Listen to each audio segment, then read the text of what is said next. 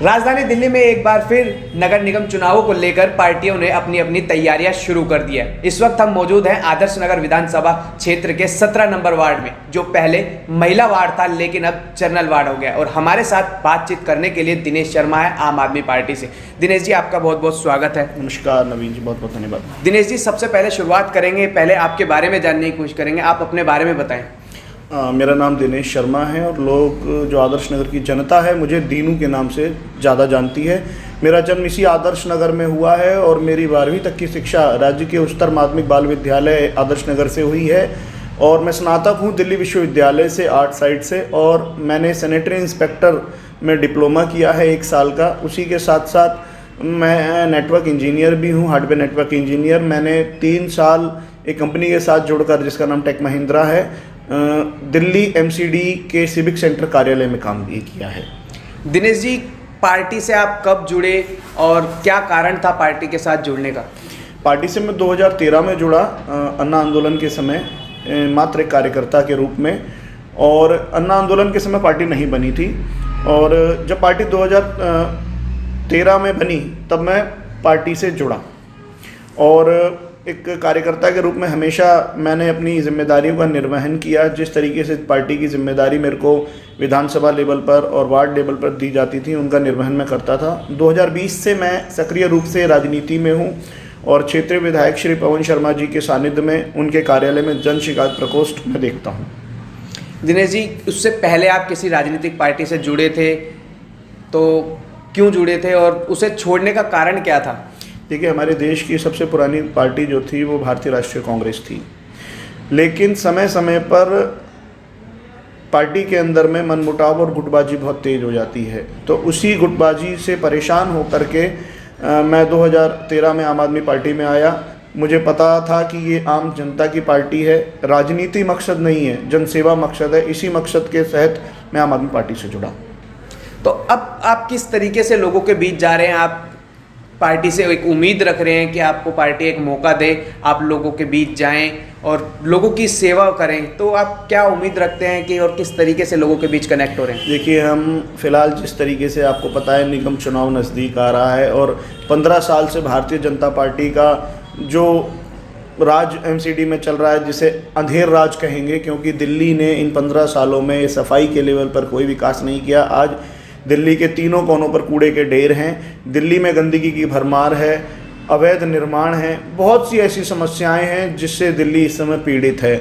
और इस समय दिल्ली नगर निगम को अगर कोई बचा सकता है तो वो केवल और केवल आम आदमी पार्टी है, क्योंकि जिस तरीके से दिल्ली सरकार ने अपने काम किए हैं वो जनता ने देखे हैं और जनता महसूस भी कर रही है उन सुविधाओं को, चाहे वो बिजली हो, चाहे वो पानी हो, चाहे वो महिला फ्री सेवा हो, चाहे वो स्वास्थ्य संबंधी मोहल्ला क्लिनिक हो, और भी बहुत सी ऐसी सेवाएं हैं जो दिल्ली सरकार जनता के बीच में रख रही है, और उन्हीं चीज़ों को लेकर के हम जनता के बीच में जा रहे हैं। आपने बताया कि आप शिकायत प्रकोष्ठ भी देख रहे हैं, तो किस किस तरह की समस्याएं आपके सामने आई है, कैसी कैसी शिकायतें आपने पास आई है और उनका निवारण आपने किस तरीके से किया है? देखिए, समस्याएं इतनी बड़ी भी नहीं होती हैं कि उनका निवारण ना किया जा सके।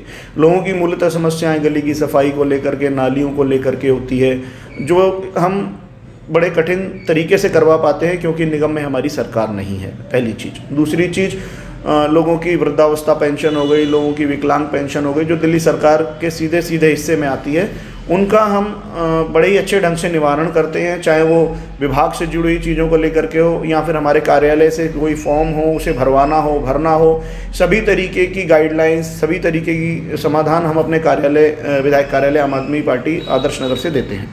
क्षेत्रीय निगम पार्षद को लेकर आप क्या कहेंगे? वो वर्तमान में अभी पार्षद हैं और वो लगातार कह रहे हैं कि काम तो मैं करती हूँ, लेकिन आम आदमी पार्टी सारा श्रेय खुद ले लेती है, वो सिर्फ श्रेय लेने वाली पार्टी है।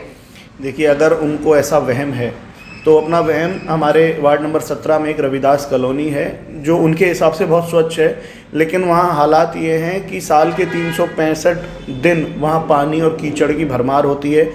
आप पैदल वहाँ नहीं जा सकते। अब आप पूछेंगे क्यों? आप पैदल इसलिए नहीं जा सकते कि वहाँ पर घुटने से नीचे नीचे तक पानी और कीचड़ रहता है, जिसकी सफाई दिल्ली नगर निगम का काम है।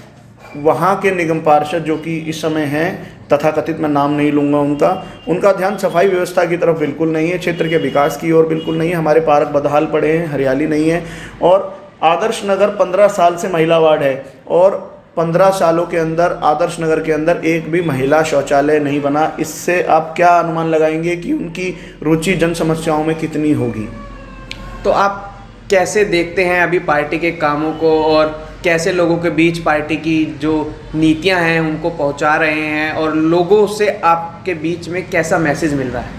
देखिए, लोग बड़े ही उत्साहित हैं इस बार निगम चुनाव को लेकर के, क्योंकि जिस तरीके की समस्याएं, देखिए समस्या सबसे पहली, घर से आप बाहर निकलते हैं तो आता है कूड़ा, सफाई, नाली।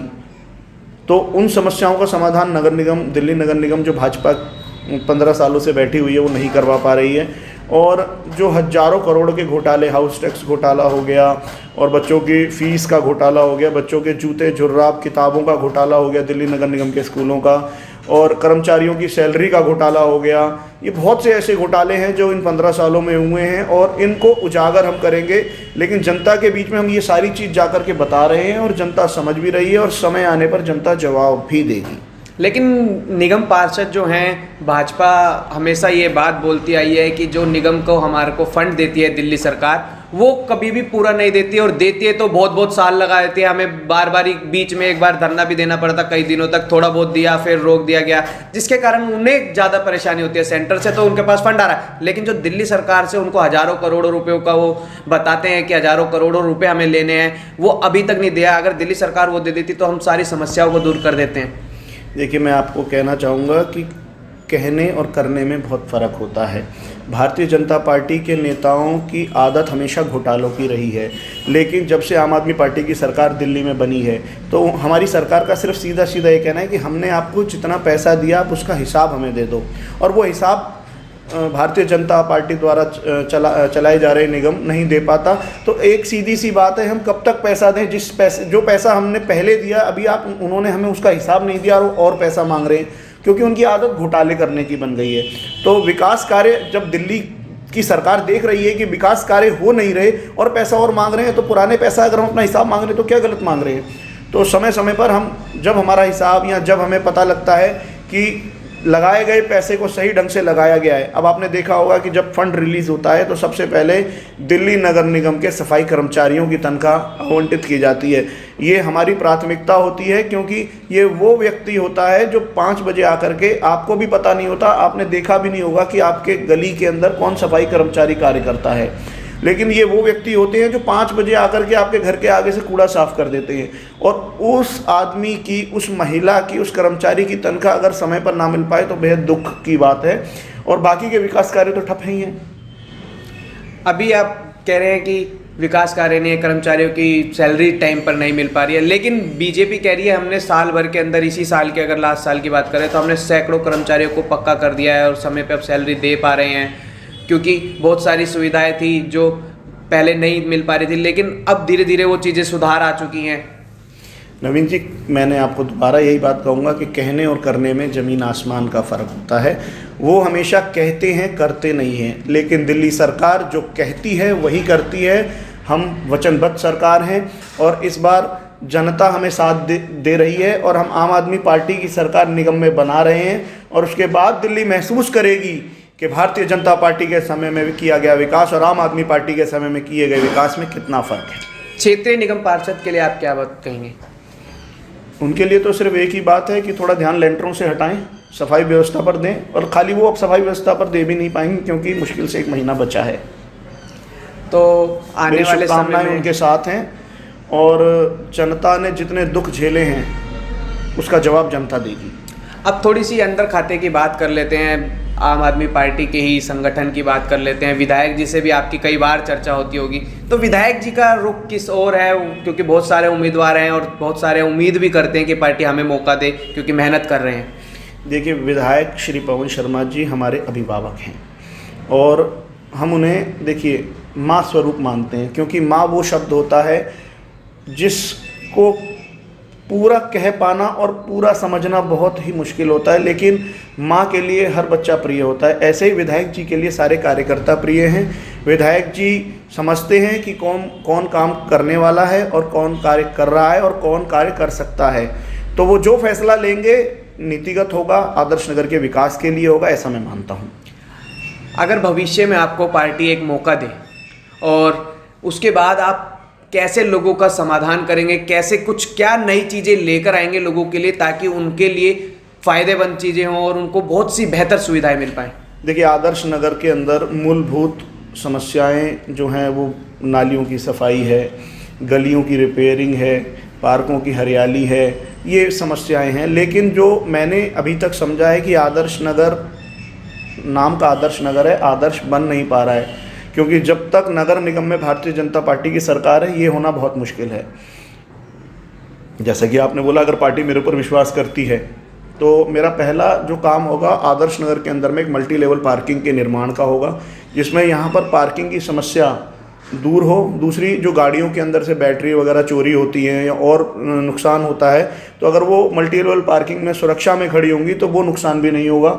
दूसरा, मेरे आदर्श नगर के अंदर में पार्कों की स्थिति बहुत बदहाल है और मैं चाहता हूँ आदर्श नगर का हर एक पार्क इतना हरियाली भरा हो, वहाँ पर इतने अच्छे अच्छे फूल और पौधे हों कि लोग मॉलों से ज़्यादा पार्कों में आना पसंद करें, पार्कों के वातावरण में बच्चों को खिलाना पसंद करें। और तीसरी सबसे बड़ी जो मेरी जिसके लिए मेरा प्रोजेक्ट है वो ये है कि आदर्श नगर में एक महिला अस्पताल हो, डेडिकेटेड महिला अस्पताल होना चाहिए, जिससे कि आदर्श नगर के आसपास का जितना भी स्लम एरिया है वो लोग बड़े बड़े अस्पतालों में इलाज नहीं करवा सकते हैं और कई बार बेडों की कमी होती है, बहुत सी ऐसी समस्याएं होती हैं कि समय कम होता है। तो यदि आदर्श नगर में एक महिला अस्पताल होगा, महिला प्रसूति गृह होगा 25 बेड का, तो ये समस्याएं मेरे वार्ड में बहुत ज़्यादा हल हो जाएंगी।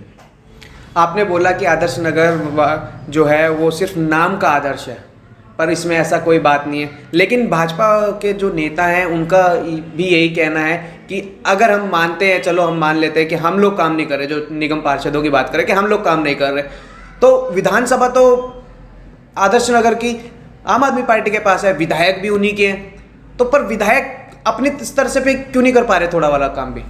मैं आपको बता देना चाहता हूं कि जो काम दिल्ली, क्योंकि उनका, मैं आपको बता दूं, उनका हर बार यही कहना होता है कि विधायक हमेशा गोल रहते हैं, विधायक कभी क्षेत्र में नहीं दिखते हैं। विधायकों के हम जब कभी हमारी नाली सीवरों की कमी होती है, क्योंकि सीवर दिल्ली जल बोर्ड का काम आता है और जब वो दिल्ली सरकार के थ्रू होता है तो हम जब उनके पास, हमारे पास लोग शिकायत लेकर आते हैं, हम उनके पास रेफर करते हैं, पर हमारी जो बातें कभी भी हम उनको बोलते हैं, जो भी हम उनको बोलते हैं वो कभी भी पूरे नहीं होते।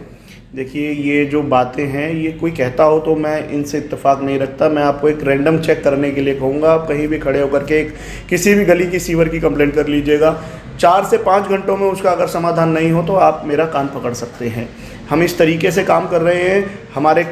हमारे जो आदर्श नगर विधानसभा में, चाहे जल बोर्ड के अंदर सीवर की समस्याएं हो, हमने हमारे जो साथी कार्यकर्ता हैं उनको विभाग दिए हुए हैं। हर व्यक्ति बड़ी सक्रियता से जन समस्या के समाधान में तत्पर रहता है, कार्य करता है।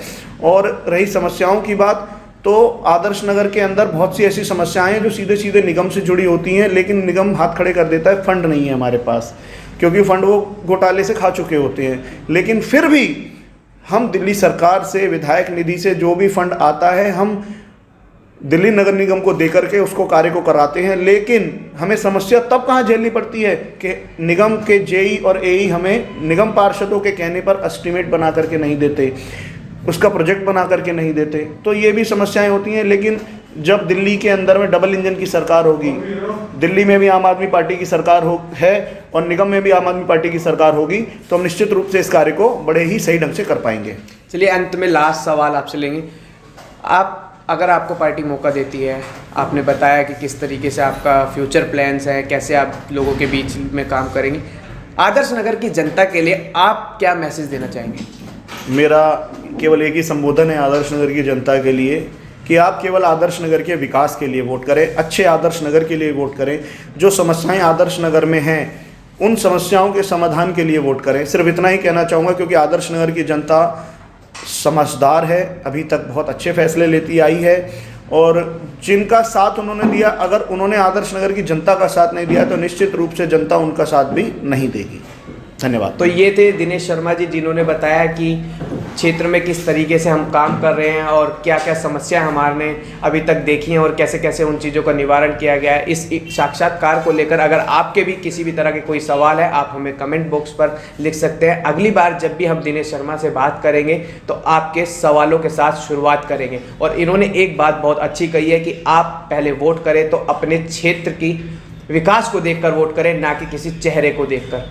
मैं नवीन कुमार, कैमरा पर्सन सुरेंद्र सिंह के साथ, सत्य केतन समाचार, दिल्ली।